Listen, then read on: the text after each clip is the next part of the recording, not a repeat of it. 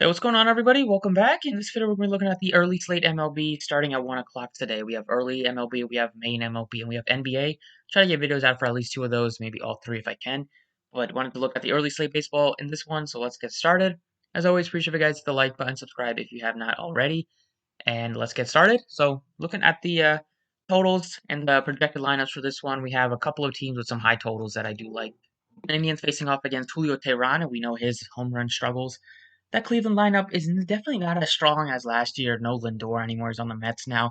They still have the heart of the lineup is still somewhat strong, but they brought in Eddie Rosario from the Twins. So, mini like Ramirez, Rosario, Reyes stack definitely gives you some pop.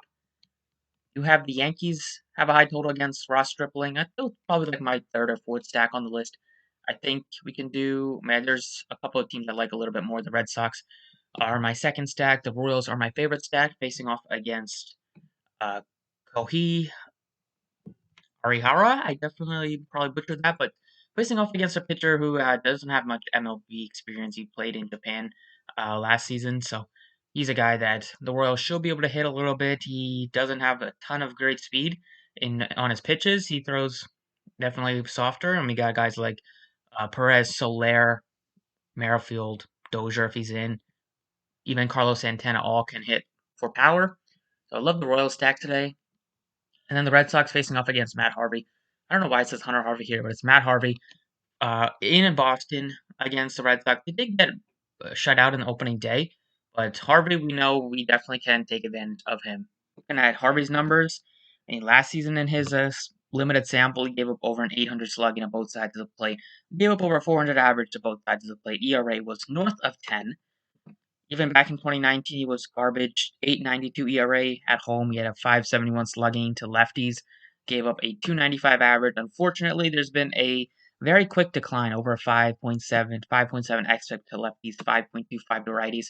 So the Red Sox are definitely going to be one of the top stacks. And I like the Royals as well. So for me, it's Royals, Red Sox, some Cleveland Indians to throw in. They're my top three, and the Yankees would be my fourth. So let's look at how we would kind of build the lineup here. I like Corey Kluber a lot. He's 10.5. He's expensive. Toronto does have a pretty tough lineup. There's reports that his velocity has come down a little bit.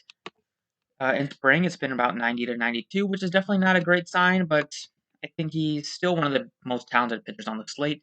But I will go with Zach Plesac against the Tigers, only just because looking at the lineup for the Tigers, you see a few switch hitters, but you see a good amount of righties in there with like four righties, some switch hitters. Well, they strike out at a high clip. Plesac at both sides of the plate. Looking at his numbers last year, he had a below 400 slugging and giving up to both sides of the plate. The xFIP was 3.61, 3.41, so pretty similar.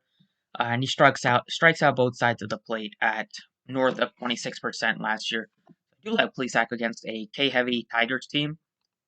And then the second pitcher, I really don't want to go to Arrieta. I just don't think he gives you that much upside. I'd rather go to a guy like Mike Minor here, potentially, or maybe you can go to Taylor Houck or Tanner Houck if you wanted to go cheaper. But I think Minor kind of gives me what I want in my SP2 is a guy that does give you some strikeout upside. He's a guy that can get blown up at times, but it's usually when he's facing a lot of righty heavy teams is when he kind of gets blown up. Looking at this lineup for the Rangers, you see a bunch of lefties. You see their best hitters are lefties with Joey Gallo, Nate Lau, David Dahl. So they have those three lefties right in the heart of the lineup. He just gets to face off against some righties here, but they're not that scary. They have Kiner Falefa, Charlie Culberson, Eli White. Their best hitters and most powerful hitters are definitely lefties. So I feel like Minor can have some success in this one and potentially get some strikeouts against that team. So those are the two pitchers I like. Looking at some options here, first base. There's a few ways to go. You definitely can look at like Carlos Santana at $3,800. You can look to some guys you want to stack on the Royals side if like Dozier is in. He's 4,200. You can look to the Red Sox with if you wanted to go cheap like a Bobby Dahlbeck. But there's one pricing that doesn't really make that much sense. He's gonna be the guy that mostly people play in cash and tournaments is tough. But Trey Mancini is only 2K. He's min priced. I don't understand it. They did not price him up at all. Also, their outfield, Cedric Mullins is also 2K. So both of those guys might be popular, but give me Mancini if I had to pick between the two. He's just a good, talented hitter. He missed last season with a just because of battling cancer, but he's back fully healthy. He had a hit in the opening day yesterday for the team. He's just should not be 2K. You're getting at least 1,000, maybe $1,500 savings from him. The matchup against Boston here, still fine. It's in a good ballpark. Tanner Houck is a young guy who did look good in his time last year, but give me 2K for a guy like Mancini with his power. It doesn't really matter. I'll definitely take some of that savings. Second base, it's Whit Merrifield at the top. You can go cheap for like a Kike Hernandez, so that's kind of like if you wanted to go expensive, go Merrifield. You can go cheap. Look, the guy like Kike Hernandez, you have in the mid range, you have some other guys that if you wanted to stack up different teams here, like if at the Yankee stack, you have like LeMahieu who's 51. He could be a pivot off of Whit Merrifield. And then if you wanted to go with like a value play, it's like if you wanted to go with a righty power bat against Minor or a righty with some power, you can look to Nick Solak. But I like Merrifield and I like Kike as my two options. Third base, the Cubs also are a team to stack potentially here. They're facing off against a lefty. So you're really looking at Javier Baez, looking at Chris Bryant as the two top plays on the Cubs side. You have Jose Ramirez leading the position off by far. He's $5,800. Then you have Rafael Devers, 5,600. I'm definitely gonna get some Boston in here. I like Devers a lot. Looking at, just showed you guys Harvey's numbers. It's been a huge decline for him. Even in spring this year, he hasn't been very good. He's been giving up some pop. He's been giving up some power. Gave up 6 earned runs in just 10 innings, and gave up 3 bombs in 10 innings. So you expect the Red Sox to be able to do some damage. And Devers at 56 is gonna be a guy that I love a lot at third base. In the outfield spot, you have a very cheap Jorge Soler, so definitely going to get a piece of KC from a guy like Soler. He was great on opening day when he was $2,800. Hopefully, you guys played him. He just gives you so much power facing off against a pitcher that we really don't know a ton of based on doesn't have a sample in the MLB. But looking back at like his season last year, he gave up only had a 19% K rate, and that's very low for like Japan. Usually that will be even lower in the big leagues. So he was solid with a 3.46 ERA, but I just think that it's definitely a different animal going from Japan to facing off against big league hitters. You don't have a guy like Soler in Japan with the amount of power that he possesses. So he's going to be the guy that I want to get to one of the most on the KC side, just because his price tag is really nice. He's $700 cheaper than Benintendi, almost $2,000 cheaper than Merrifield. So he looks like a really appealing option. And then the last guy for me is going to be Alex Verdugo. Get a few lefties against Harvey here. Verdugo's also somewhat affordable at $4,300. He's coming off of a pretty great season in his first with the Red Sox with 6 home runs, 308 average. He's definitely been one of the most consistent hitters for the team last year. At his numbers, he batted over 300 against righties with 5 of his 6 home runs coming against righties. That was good enough for a 214 ISO, only a 17% K rate, 16.5% K rate, and he had a 37% hard hit rate. So he's looking like a guy that you definitely probably want to include in your Red Sox stacks. So these are the plays I like on DraftKings. Let's look at Fanduel. It's basically the same kind of stacks that I like.